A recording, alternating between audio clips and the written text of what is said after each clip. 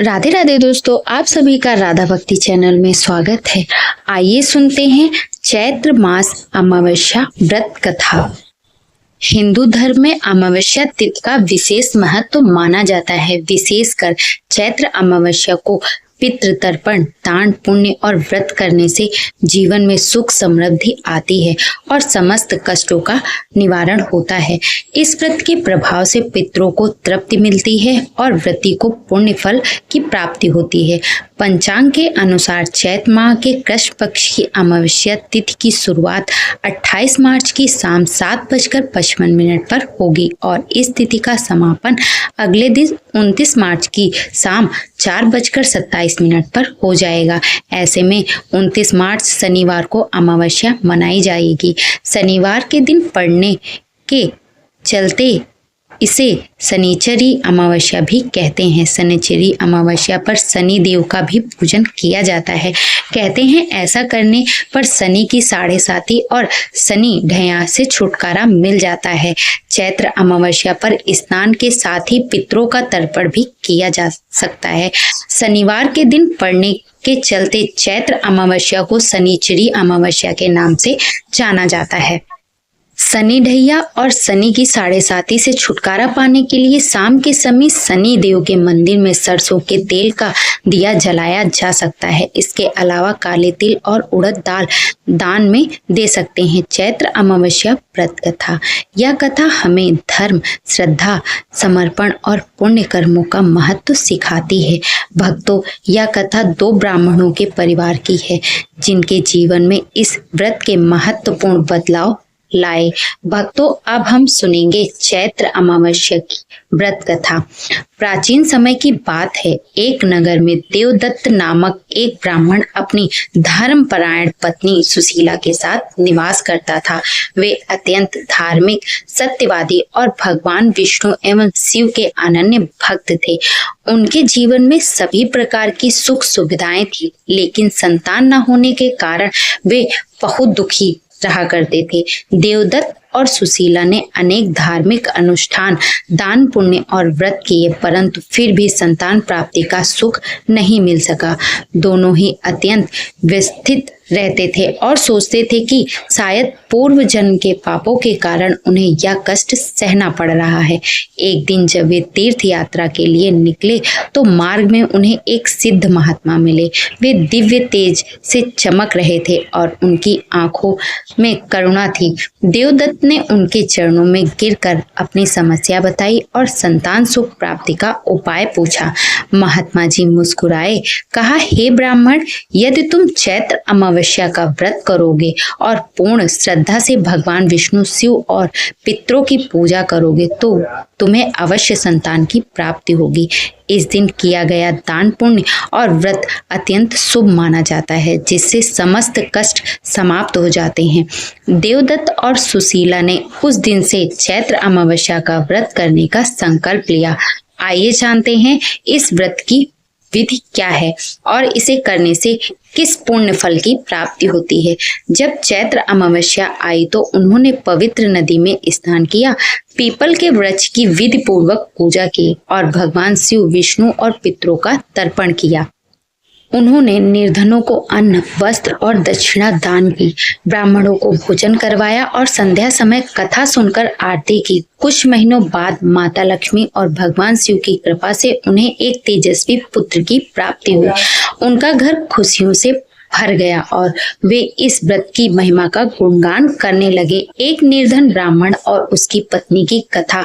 इस नगर में एक अन्य ब्राह्मण भी रहता था जो अत्यंत गरीब था। वह आलसी था और अपने भाग्य को कोसता रहता था। उसकी पत्नी भी हमेशा असंतुष्ट रहती थी और किसी भी धार्मिक कार्य में रुचि नहीं रखती थी। एक दिन उसकी पत्नी ने सुशीला से पूछा, तुम्हारे जीवन में इतना सुख और समृद्धि कैसे आई? क्या तुमने कोई विशेष तंत्र मंत्र किया है? सुशीला ने मुस्कुराते हुए कहा, यह सब भगवान की कृपा है और चैत्र अमावस्या व्रत का फल है। यदि तुम भी श्रद्धा और नियम पूर्वक यह व्रत करोगी तो तुम्हारे जीवन से सभी समस्याएं और कष्ट दूर हो जाएंगे। निर्धन ब्राह्मण की पत्नी ने यह सुनकर व्रत करने का निश्चय किया, लेकिन उसने इसे अधूरे मन से किया। उसने पीपल की पूजा तो की, लेकिन श्रद्धा नहीं थी। उसने दान पुण्य किया, लेकिन मन में अहंकार था। इसका परिणाम यह हुआ कि उसे कोई लाभ नहीं मिला और ना ही फल की प्राप्ति हुई। कुछ ही दिनों में उसका पति बीमार पड़ गया। घर की आर्थिक स्थिति और भी बिगड़ गई और उनका जीवन अत्यंत संकट से व्यतीत होने लगा। जब वे बहुत परेशान हो गए तो वही महात्मा उनके घर आए और बोले, हे वत्स, तुमने व्रत तो किया परंतु श्रद्धा और नियमों का पालन नहीं किया, इसलिए तुम्हें उसका फल नहीं मिला। यदि तुम पूरी श्रद्धा से यह व्रत करोगी तो तुम्हारे सभी कष्ट दूर हो जाएंगे। उसने पुनः व्रत का संकल्प किया और सुख की प्राप्ति की। इस बार निर्धन ब्राह्मण की पत्नी ने पूरे विधि विधान से व्रत किया। उसने श्रद्धा से पीपल की पूजा की, पितरों का तर्पण किया, भगवान विष्णु और शिव की आराधना की। कुछ ही समय में उनके घर में सुख शांति लौट आई। उसका पति स्वस्थ हो गया और धीरे धीरे उनके घर में धन धान्य की वृद्धि होने लगी। चैत्र अमावस्या व्रत की विधि। व्रत का संकल्प। प्रातः स्नान कर पवित्र भाव से व्रत का संकल्प लें। जल, पुष्प और अक्षत हाथ में लेकर भगवान विष्णु एवं शिव का स्मरण करें। पवित्र स्नान एवं पितृतर्पण। किसी पवित्र नदी, तालाब या घर में ही स्नान करें। पूर्वजों के लिए तर्पण करें और जल अर्पित करें। पीपल वृक्ष की पूजा। पीपल वृक्ष की पूजा करें, दीप जलाएं और परिक्रमा करें। ओम पितृदेव नमः मंत्र का जाप करें। भगवान विष्णु एवं शिव की आराधना कर शिव को फल, फूल, धूप, दीप और नैवेद्य अर्पित करें। श्री हरि विष्णु का ओम नमो भगवते वासुदेवाय नमः मंत्र का जाप करें और शिव जी का ओम नमः शिवाय मंत्र का जाप करें। दान पुण्य एवं ब्राह्मणों को भोजन। गरीबों और ब्राह्मणों को अन्न, वस्त्र और दक्षिणा दान करें। किसी जरूरतमंद को भोजन कराएं। कथा श्रवण एवं आरती। संध्या समय इस कथा को श्रवण करें, भगवान की आरती करें और व्रत पूर्ण करें।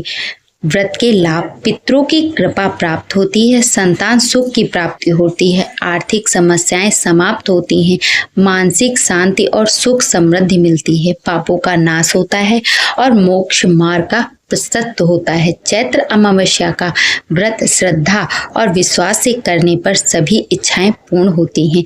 यह व्रत जीवन में सुख शांति, धन धान्य और मोक्ष को प्रदान करता है, इसलिए सभी भक्तों को इसे विधि पूर्वक करना चाहिए और भगवान शिव, विष्णु तथा पितरों की आराधना करनी चाहिए।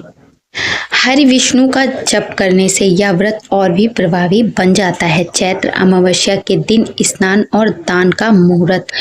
29 मार्च शनिवार की सुबह 4:42 से सुबह 5:29 तक स्नान और दान का शुभ मुहूर्त रहेगा। इसके बाद अभिजीत मुहूर्त दोपहर 12:19 से दोपहर 1:08 तक रहने वाला है। इसके अलावा सूर्यास्त से पहले तक स्नान किया जा सकता है। पितरों को प्रसन्न करने के लिए अवश्य सुने यह कथा। कृष्ण से एक बार पक्षीराज गरुड़ ने पूछा, हे प्रभु, पृथ्वी पर लोग अपने मृत पितरों का श्राद्ध करते हैं, उनकी रुचि का भोजन ब्राह्मणों आदि को कराते हैं, पर क्या परलोक से पृथ्वी पर आकर श्राद्ध में भोजन करते पितरों को किसी ने देखा भी है? भगवान श्री कृष्ण ने कहा, हे गरुड़, तुम्हारी शंका का निवारण करने के लिए मैं देवी सीता के साथ हुई घटना को सुनाता हूँ। सीता जी ने पुष्कर तीर्थ में अपने ससुर आदि 3 पितरों को श्राद्ध में निमंत्रित ब्राह्मणों के शरीर में देखा था। वह कथा सुनो। भगवान श्री कृष्ण कहते हैं, हे गरुड़, यह तो तुम्हें ज्ञात ही है कि श्री राम अपने पिता की आज्ञा पाकर वन चले गए थे, साथ में देवी सीता भी थी। बाद में श्री राम को यह पता लग चुका था कि उनके पिता उनके वियोग में शरीर त्याग चुके हैं। जंगल जंगल घूमते सीता जी के साथ श्री राम ने पुष्कर तीर्थ की भी यात्रा की। अब यह श्राद्ध का अवसर था। ऐसे में पिता का श्राद्ध पुष्कर में हो, इससे सर्वश्रेष्ठ कुछ हो ही नहीं सकता। तीर्थ में पहुंचकर उन्होंने तैयारियां आरंभ की। श्री राम ने स्वयं ही विभिन्न साग, फल एवं अन्य उचित खाद्य सामग्री एकत्रित की। जानकी जी ने भोजन तैयार किया। उन्होंने एक पके हुए फल को सिद्ध करके श्री राम जी के सामने उपस्थित किया। श्री राम ने ऋषियों और ब्राह्मणों को सम्मान सहित आमंत्रित किया। श्राद्ध कर्म में दीक्षित श्री राम की आज्ञा से स्वयं दीक्षित होकर सीता जी ने उस धर्म का सम्यक और उचित पालन किया तथा सारी तैयारियां संपन्न हो गई। अब श्राद्ध में आने वाले ऋषियों और ब्राह्मणों की प्रतीक्षा थी। उस समय सूर्य आकाश मंडल के मध्य पहुंच गए और कुतुम मुहूर्त यानी दिन का 8वां मुहूर्त अथवा दोपहर हो गई। श्री राम ने जिन ऋषियों को निमंत्रित किया था वे सभी आ गए थे। श्री राम ने सभी ऋषियों और ब्राह्मणों का स्वागत किया और आदर सत्कार किया तथा भोजन करने के लिए आग्रह किया। ऋषियों और ब्राह्मणों को भोजन हेतु आसन ग्रहण करने के बाद जानकी अन्न परोसने के लिए वहां आई। उन्होंने कुछ भोजन बड़े ही भक्ति भाव से ऋषियों के समक्ष पत्तों के बनी थाली पर परोसा। वे ब्राह्मणों के बीच भी गई, पर अचानक ही जानकी भोजन करते ब्राह्मणों और ऋषियों के बीच से निकली और तुरंत वहां से दूर चली गई। सीता जी लताओं के मध्य छिपकर जा बैठी। यह क्रियाकलाप श्री राम जी देख रहे थे। सीता के इस कृत्य से श्री राम कुछ चकित हो गए। फिर उन्होंने विचार किया कि ब्राह्मणों को बिना भोजन कराए शायद सीता लज्जा के कारण कहीं चली गई होगी। सीता जी एकांत में जा बैठी। फिर श्री राम जी ने सोचा, अचानक इस कार्य का क्या कारण हो सकता है। अभी यह जानने का समय नहीं है। जानकी से इस बात को जानने से पहले मैं इन ब्राह्मणों को भोजन करा लूं, फिर उनसे बात करता हूं और फिर बात का कारण पूछूंगा। ऐसा विचार कर श्री राम ने स्वयं उन ब्राह्मणों को भोजन कराया। भोजन के बाद ऋषियों को विदा करते समय श्री राम ने मस्तिष्क में यह बात रहकर कचोट रही थी कि सीता जी ने ऐसा अप्रत्याशित व्यवहार कैसे किया। उन ब्राह्मणों के चले जाने पर श्री राम ने अपनी प्रियतमा सीता जी से पूछा, ब्राह्मणों को देखकर तुम लताओं की ओट में क्यों छिप गई थी? उचित नहीं जान पड़ा। इससे ऋषियों के भोजन में व्यवधान हो सकता है, वे कुपित भी हो सकते हैं। श्री राम बोले, हे सीता, तुम्हें तो ज्ञात है कि ऋषियों और ब्राह्मणों को पितरों के प्रतीक माना जाता है। ऐसे में तुमने ऐसा क्यों किया? इसका कारण जानने की इच्छा है, मुझे अविलंब बताओ। श्री राम ने ऐसा कहने पर सीता जी मुंह नीचे कर सामने खड़ी हो गई और अपने नेत्रों से आंसू बहाती हुई बोली, हे नाथ, मैंने यहाँ जिस प्रकार का आश्चर्य देखा उसे आप सुने। इस श्राद्ध में उपस्थित ब्राह्मणों के बीच मैंने तो महापुरुषों को देखा जो राजा जैसे प्रतीत हो रहे थे। ऋषियों और ब्राह्मणों के बीच सजे धजे राजा महाराजा जैसे महापुरुषों को देख मैं अचरज में पड़ गई। तभी मैंने अपने पिताश्री के भी दर्शन किए, वह भी सभी तरह के राजस्वी वस्त्रों और आभूषणों से सुशोभित हो रहे थे। आपके पिता को देखकर मैं बिना बताए एकांत में चली गई थी। मुझे न केवल लज्जा का बोध हुआ वरन मेरे विचार में कुछ और भी आया। तभी निर्णय लिया, हे प्रभु, पेड़ों की छाल, वलकल और मृग चर्म धारण करने मैं अपने ससुर के सम्मुख कैसे जा सकती थी? मैं आपसे यह सत्य भी कह रही हूँ, अपने हाथ से राजा को मैं वह भोजन कैसे दे सकती थी जिसमें दासों के भी दास कभी वैसा भोजन नहीं करते। मिट्टी और पत्तों आदि से बने पात्रों में उस अन्न को रखकर मैं उन्हें कैसे दे सकती थी? मैं तो वही हूँ जो पहले सभी प्रकार के आभूषणों से सुशोभित रहती थी और आपके पिताश्री मुझे वैसी स्थिति में देख चुके थे। आज मैं इस अवस्था में उनके सामने कैसे जा सकती थी? इससे उनके मन को भी क्षोभ होता। मैं उनको क्षोभ में कैसे देख सकती थी? क्या यह कहीं से उचित होता? इन सब कारणों से हुई लज्जा के कारण मैं वापस हो गई और किसी की दृष्टि में नहीं पड़ी, इसलिए सघन लता में आ बैठी। गरुड़ जी बोले, हे भगवान, आपकी इस कथा से मेरी शंका का उचित निवारण हो गया। इस रात में पितर साक्षात प्रकट होते हैं और वे श्राद्ध का भोजन करने वाले ब्राह्मणों में उपस्थित रहते हैं। हर हर महादेव।